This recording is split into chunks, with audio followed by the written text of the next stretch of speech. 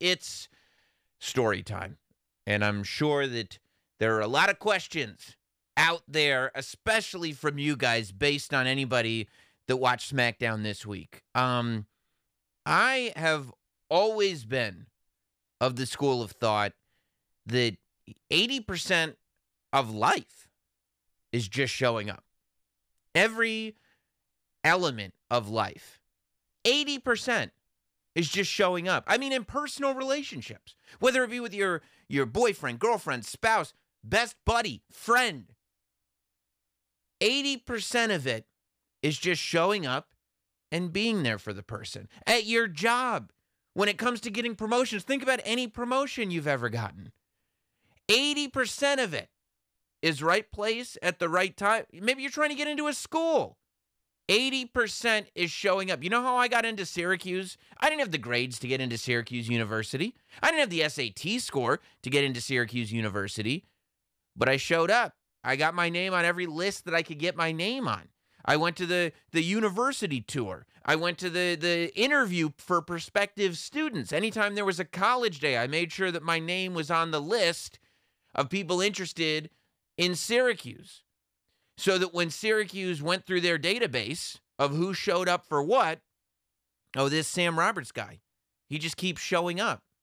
That's all it is. Show up. But sometimes just showing up can be the most difficult part, right? You can't let yourself off the hook. Sometimes showing up becomes more difficult than you thought it would be. For instance, it was just Friday, a few days ago, and it was 4:38 in the afternoon, and I had just settled into the studio here in the basement. I was a day behind on doing the Notsam Wrestling bonus Patreon podcast, so I was going to lay that down and then start prepping for Sam Roberts Now on YouTube. Just get down and spend a couple hours doing my internet shows. When all of a sudden my phone starts ringing. 4:38 p.m., I checked it. 4:38, my phone starts ringing. And I run upstairs because my phone service isn't that great in the basement. And I go, hello? And voice on the other end of the phone goes, hey, dude, do you think you can be in Hershey, Pennsylvania at 7:30? And I looked at the clock and it was 4:30. And I said, I cannot confirm or deny. Westchester, New York to Hershey, Pennsylvania. And so as I'm on the phone, I'm map questing. And I'm going, no, I can't be there at 7:30. This thing says it'll take me 3 hours and 26 minutes, which would put me there at about 8:02. And they go, well, we need somebody on Smackdown to do an interview. And then I heard him go, what time is the interview? And then I heard somebody on the other end go, first hour. And he goes, we'll just get in the car. And I said, all right, I'm just going to get in the car. Okay, I'll get in the car. I go, okay. My wife is like, hey, what's going on? I go, babe, I'm going to Hershey, Pennsylvania. In the middle of the living room, I start stripping off my clothes and putting a suit on. Because I said, look, worst case scenario, I get there just as whatever this segment is going to be starts airing. And I'm in a hoodie. And I'm like, hey, can I change into my suit real quick? No, I don't want to show up on SmackDown in a hoodie.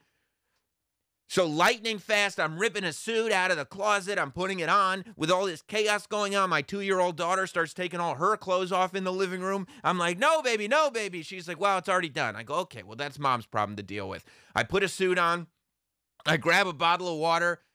And I go, all right, I'll see you guys later. Praise be to God that I had filled up the car with gas, because I am the type of person that leaves a car in the driveway with an empty tank of gas. Car was filled with gas, and I hit the road. I called my dad. I live about 20 minutes from Stamford, so I called my dad, and I said, Dad, guess where I'm on my way to? He goes, Stamford. They called you last minute, huh? I go, Hershey. He goes, what? I go, yep, Hershey, Pennsylvania. I might or might not be on SmackDown tonight. I'll talk to you later. Pedal to the metal. Of course, when I say pedal to the metal, I mean responsibly driving the speed limit the entire way.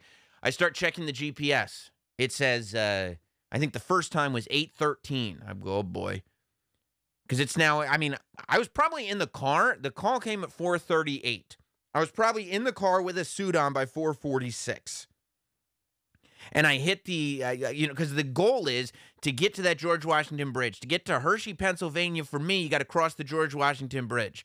And if I get there at 5:30, for example, rush hour traffic on a Friday night, leaving New York City, heading into New Jersey is going to be a disaster. I'll never make it. I got to get there now. Luckily, the traffic wasn't too bad on the George Washington Bridge. As I'm getting there, I'm starting to call Hershey and figuring out exactly what's going on. They go, look, we just have an interview that needs to get done. We want you to do it. It's going to be with the Usos. This is who your producer is going to be. This is who the parking guy is. As soon as you get here, just call your producer, call the parking guy, get in. It'll be all good. I go, okay, no problem. And I mean, when I tell you that for 3 hours, every 10 seconds, I'm just glancing at the GPS, glancing at the gas tank, glancing at the road to make sure that I don't run over something and end up with a flat tire. It was, I'll tell you, it was the quickest 3-hour trip that I've ever been on. 3 hours, 15 minutes maybe. Because my mind was occupied the entire time. I was like one tense muscle driving the entire way to Hershey, Pennsylvania. And when I was about 20, and I saw the clock. You know, you play that game with the GPS where you try to get the clock down? So I started getting the clock down. I finally got to a place where the clock was down to 8:02. I said, if I can get it to 7:59, then I'll call and let the folks backstage know. I got that clock down to 7:59, I'm happy to say. At 7:59, I was about 20 minutes away from the Giant Center in Hershey, Pennsylvania, and I called the producer there, and I said, he goes, Sam! And it was almost like a joke at that point. Like, this is insane that this is happening, but we'll see. And I go, hey, man, I'm about 20 minutes away. I should get there at 8 o'clock on the dot. He goes, if you get here at 8 o'clock on the dot, we might have a half hour before you have to go live. I go, okay, great to hear. As soon as I hung up the phone with him and he let me know what my buffer was, I pulled into Sheetz and urinated. I had to pee. It was the entire time. I realized about 20 minutes into the trip that I had to pee, but also realized I had to get there. Because ultimately, and this is the way I think about these things, ultimately, if I missed the opportunity to be on Smackdown, I would regret it for the rest of my life. If I had an uncomfortable drive where I had to pee real bad, I would probably not think about it for the rest of my life because I'd be too busy thinking about how great it was that time I was on Smackdown.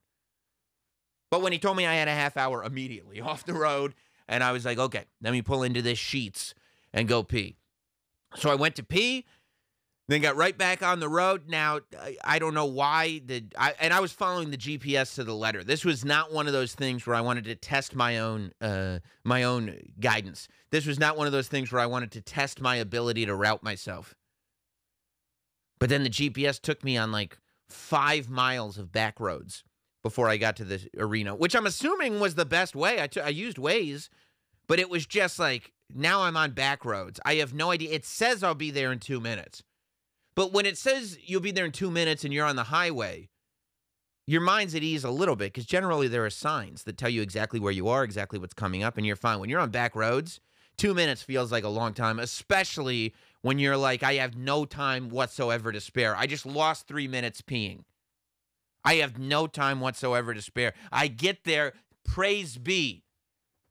I get to the Giant Center. It's 8 o'clock. SmackDown has already started. Everybody is in their seats. They sat there and watched some dark matches, I'm sure. The show has begun. And my car is pulling into the lot. I go, where can I park? They go, well, this spot's full, that spot's full. You might be able to find something in the, like the suite level parking. I go, okay. Sweet life of Zach and Cody. Here we come. I pulled in. I found a parking spot. Called the parking guy. He's like, yeah, I'll come out to get you. No problem. We met each other because I'm not going to wait around. We met each other, the amazing parking guy Hunter there at WWE, one of the many unsung heroes of an incredible backstage crew. Because let's be honest, we're talking about doing live television, and one of the parts of the on-air product is not going to get there until right before you go on. Do you know how good you have to be? Every element of your behind-the-scenes crew has to be when you realize that that's the way we're doing this. It's mind-boggling to me.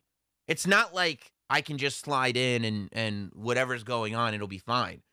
In order to not look like I just got there and have no idea what's happening, you have to have an incredible crew, like nothing else in entertainment, that can make this look good. And, dude, did they make this look good? I mean, my God, did they make it easy for me. It's, like, mind-blowing. It's almost, as somebody who gets to have the ridiculous job of holding the mic and talking, I mean, I feel spoiled, the level of treatment that I get from that WWE's behind-the-scenes crew. It's just unbelievable. But I walked in. I walked into the back of the arena there, and right away my producer's there. He's working with Happy Corbin on whatever the segment right before I'm on, and he goes, "Sam, you're here. Great. Okay. So here's what you're going to do. I'm finishing up this segment, and then we're going to go right to you." I go, "Okay." And they go, "Okay. Here come the Usos." The Usos walk over. He goes, "What, do you just show up whenever you want, Sam?" And I go, "Oos, I literally just got here. They call me at home at 4:30.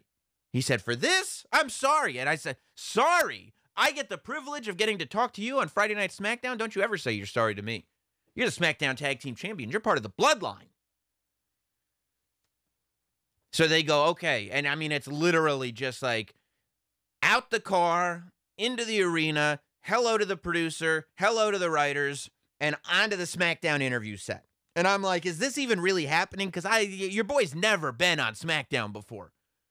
Is this all really happening? And they go, "Okay, first thing we're going to do is just you talking to the Usos, talk to them. There won't be any audio." And I go, "Oh, okay." They're like, "This is just a preview. We're going to have you're going to be talking to them, and then we're going to go to break, but there's no audio." I go, "Okay." And like, I probably didn't even know we were really on the air, just because my brain was all over the place. I'm like, am I still on the road? Am I still on those back roads? Am I still pulling off into sheets? There is too much going on. And I'm thinking to myself, 4 hours ago, I was building Legos with my son thinking like, oh, this will be an easy Friday.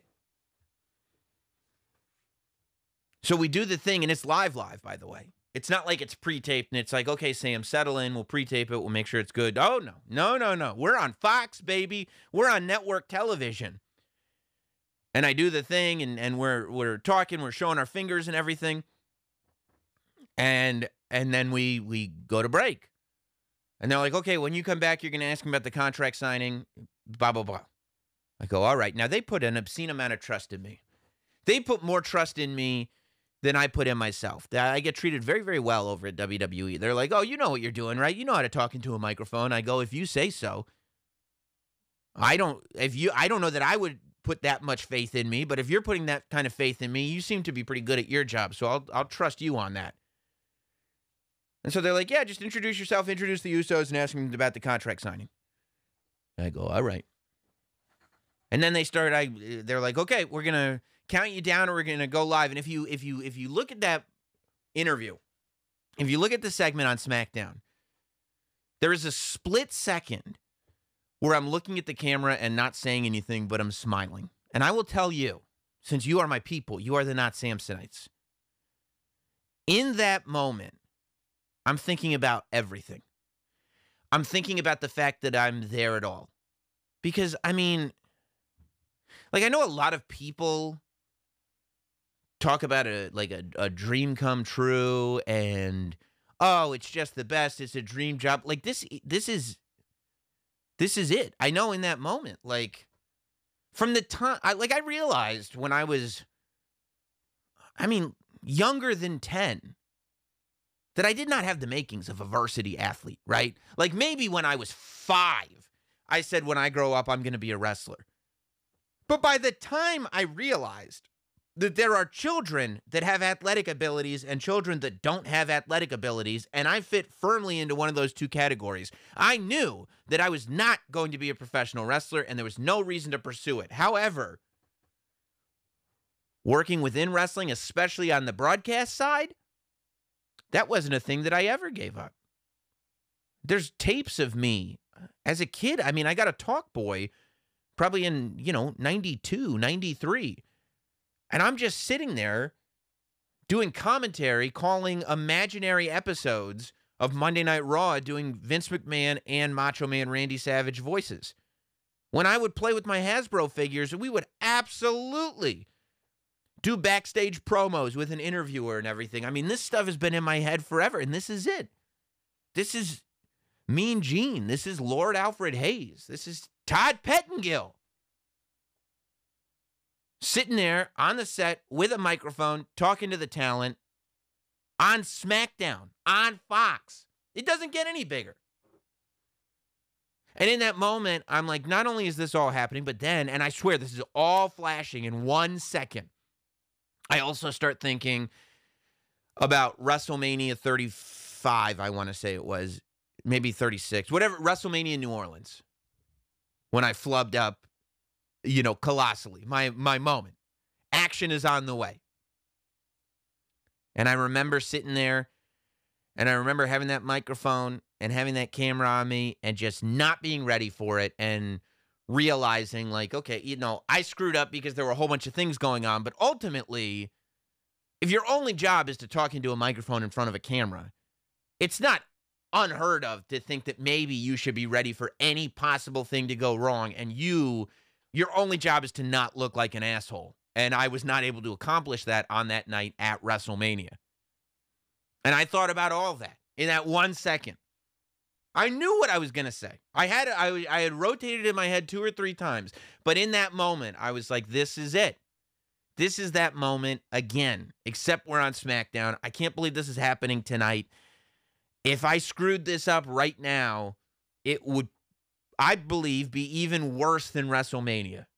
And then I said, Sam Roberts here at SmackDown. Please welcome my guest at this time, the SmackDown Tag Team Champions, the Usos. And look, man, it's all over my face. If you go back and look at that clip, it is all over my face. The level of excitement. Look at my hand, right? As I grip the microphone in that interview segment. I am choking the thing to death. I am squeezing the life out of that microphone. And that's not because I'm nervous, because I didn't have time to be nervous. I wasn't able to process it at all long enough to develop nerves around the situation. It was just, here's the deep end of the pool, now you're in it. So there's no nerves. It just becomes pure excitement. There's electricity running through my hand that I'm just I could have crushed that microphone in that moment, I think. And it was just excitement to be there and be doing it all. And then the Viking Raiders come in. I powder. I say, I'm out of here. They beat up the Usos. My mom called me. She was like, oh, man, I was really glad. You were really smart to get out of there when the Viking Raiders came in. You could have been involved in the physicality. I was like, yeah, kayfabe, Mom. I was like, and then that was it. And then I said that, and I mean, later on, it was, and then I just, said hello to everybody. A lot of people who knew what had happened, a lot of the writers, a lot of the producers came up and thanked me and did this and did that. But I said, like, seriously, like, you don't need to thank me for something like this. When I get called at 4:38 in the afternoon, and the call is, look, we've got the coolest opportunity in the world for you. If you show up, if you can get here, ain't no time in the world that I would have said, I don't think I can do it. 5 minutes before we were live, I had a text from Bruce Pritchard. He said, are you here? I said, yeah. He said, I was hoping you'd run out of gas. I said, dude, I would have hitchhiked. Chat me up, Bruce. Oh, it was awesome. It was awesome. And I want to profusely thank Michael Cole, Bruce Pritchard. I mean, all of the producers involved. Tommy Cullen, who's just like, Tommy Cullen is a name that you guys don't know because it's not brought up. But when I tell you that there are all-stars behind the scenes at WWE that, like, any entertainment company, not pro wrestling company, any entertainment company should be willing to kill to get their hands on. Tommy Cullen's one of those guys. He was the guy that was working hands-on with me for that. And a lot of other people. There's a lot of new writers there that are really, really talented. But, you know, and there's many, many names that I could mention that just, man, stuff gets taken for granted. And 30 seconds of TV, so much work, not by me, by everyone else, was put into that 30 seconds of TV just so it could look effortless. It's amazing to see.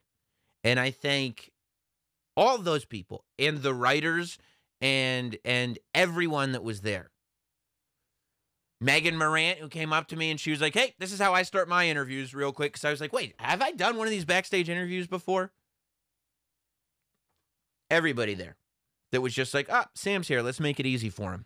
Amazing. Amazing. The people that pull me aside after saying, here, you did great. Here's what you could have done differently. But I mean, just like knowledge pours down like rain in the WWE, and it's incredible. So it was an incredible experience. And then after that, you know, just chilled out, said hello to everybody, watched the show, saw Brock Lesnar, saw Johnny Knoxville, Sami Zayn, Sonya Deville, Ronda Rousey, Roman Reigns, The Bloodline, Paul Heyman, everyone, Drew McIntyre. They came up to me, one of the digital producers, who, again, thank you to the WWE digital team. One of the digital producers said, hey, Sam. I go, yeah. He goes, while you're here, you want to interview Drew McIntyre for a digital exclusive? I was like, yeah, what? Yeah, I'll do everything while I'm here. Just tell me what you need. And so they said, just ask him about the Claymore kick on Madcap Moss. I go, it'd be my pleasure. So we did that. That's up on YouTube and the WWE's social channels. But yeah, man, absolutely amazing. And thank you to the people I named as well as the people that I didn't name for making it possible, for making it easy, and for affording me the opportunity. And then after it was done, they even said, you want us to get you a hotel room? You want us to, how do we make it easy? I go, no. I'll just drive home after it. 3 hours there, 3 hours back, 3.5 hours, whatever it was. And then drove home. Stopped on the Sheets on the way home. Lots of people there, though. I had to duck out. Couldn't, because otherwise, I would have been there for an hour waiting for food to get made and everything. But I did get some of that Sheets pop. It was delicious. But so that's the story behind how I got to SmackDown. It was really, really awesome. It was really, really awesome. And I thank all of you guys, too, that reached out. A lot of very supportive messages on social media, on Twitter and Instagram and all that. So really, really cool.